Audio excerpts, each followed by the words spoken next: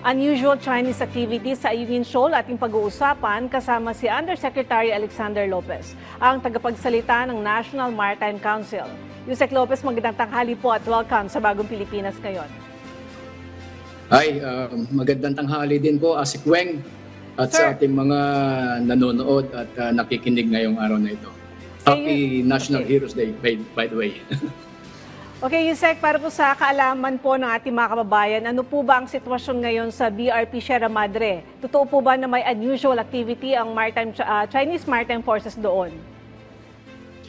Actually, yung naiulat noong August 20 na merong increase in number of vessels ng Chinese government. Actually, as it weng, expected namin ito that there will be an increase, maybe significant increase. Ito ay result nung kanilang debacle, embarrassment during the 11 August incident, wherein napahiya ang kanilang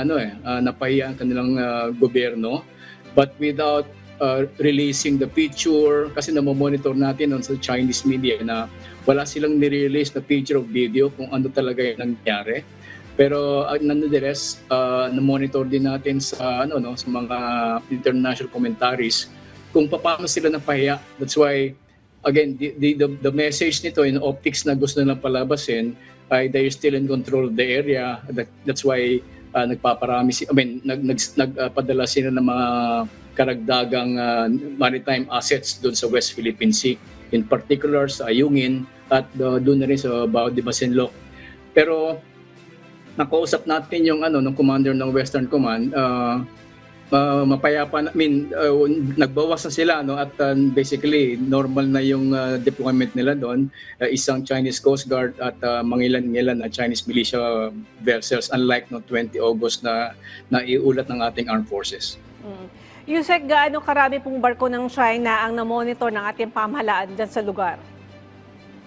Noong 20 August, meron na 4 o 5 na Chinese Coast Guard at mga Chinese militia at marami ding yung RABs na tinatawag nating rigid hull inflatable boats, yung nakikita natin sa monitor. So meron ilang na-deploy yon. So sabi nga kanina, as reported by the commander ng Western Command, wala na yung ganong karami at nanatili sa isa o dalawang Chinese Coast Guard at sa paligid yung mga ibang Chinese militia vessels. Pero basically on a day-to-day basis, ito yung namomonitor natin sa Ayungin Shoal. Ayon po sa ulat, may dalang weapon system ang mga barko ng China, bagamat wala naman daw pong show of force. Ano po sa tingin ninyo ang gusto nilang iparating o ipakita, may gusto silang iparamdam sa atin? Again, optics nila yun, na gusto nilang iparating. Again, hindi naman yung mga tropa natin sa BRP Sierra Madre, hindi naman sila na-alarma actually doon. Ang sinasabi kasi natin, yung kanilang target audience ay actually the domestic audience, yung kanilang mamamayan na mga nasa China. But then again, yung weapon system na yun na sinasabi natin ay nakamount doon sa rubber boat, isang apparently nakita natin parang isang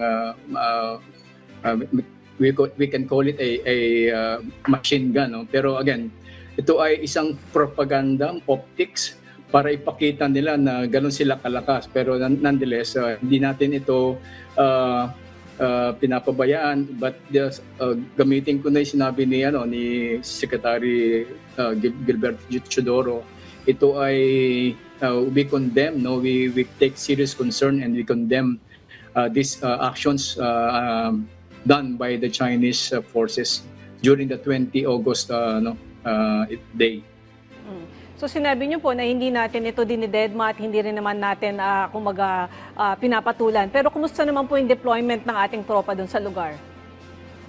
Well, we get the reports from the commander of the Western Command. Sila yung may talagang jurisdiction doon at on a day-to-day basis, sila yung nagbibigay ng mga situation update.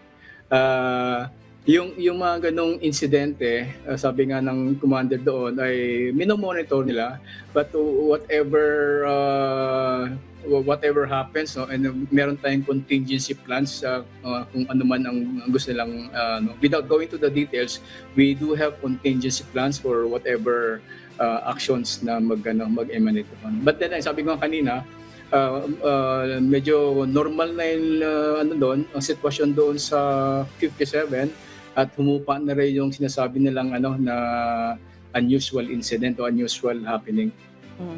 Sir, kumusta naman po ang resupply mission sa Ayungin Shoal? Magpapatuloy po ba ito sa kabila ng pagdami ng mga Chinese ships sa lugar? Yeah, oo. Karapatan natin yon na ipagpatuloy ang ating rotation and resupply mission sa BRP Sierra Madre, LTL-57. At sabihin na rin natin, ito na rin yung laman na rin ng provisional understanding between our country and that of China na hindi nila dapat i-disturb o yung galawin o guluhin ang ating resupply mission dahil ito ay ating karapatan. Sir, kung sakali pong may gawin na talaga o lumapit pa ang puwersa ng China sa BRP Sierra Madre, ano po yung direktiba ng ating pamahalaan sa ating tropa na nakadeploy doon? Unang-una, meron tayong pinapatupad na security plan doon sa paligid ng Sierra Madre. Ang unang-una dito ay hindi natin palalapitin, that's one. And secondly, without going to the details, we do have contingency plans on whatever happens, and it will always be based on sa pinaka seryoso or worst case scenario, if I may say it. Yusek, ay naman po sa AFP, napansin nila na nagbabago ang aktibidad o paggalaw ng Chinese ships sa tuwing may maritime cooperative activity ang Pilipinas. So, ano po ba yung ginagawa natin dito o kung paano natin sila minomonitor? Well, our monitoring is always on a 24/7 basis.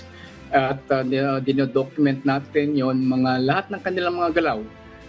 That's why our Western Command in particular, kasi sila yung nandun sa nagmamanage and supervising the activities of BRP Sierra Madre.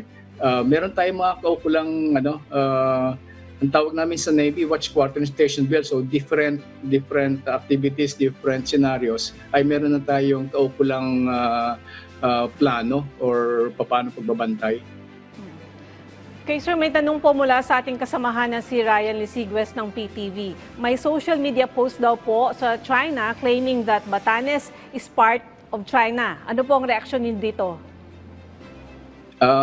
Hindi yun iba katulad nung before naglabas sila, 'di ba? Yung sinasabi nila even Palawan was part of the teritoryo ng China. Again, these are all misinformation, disinformation, and all outright lies. Lahat na ito ay kasinungalingan. Then again, bakit nila sinasabi yon? Kasi ang target audience nila is domestic no?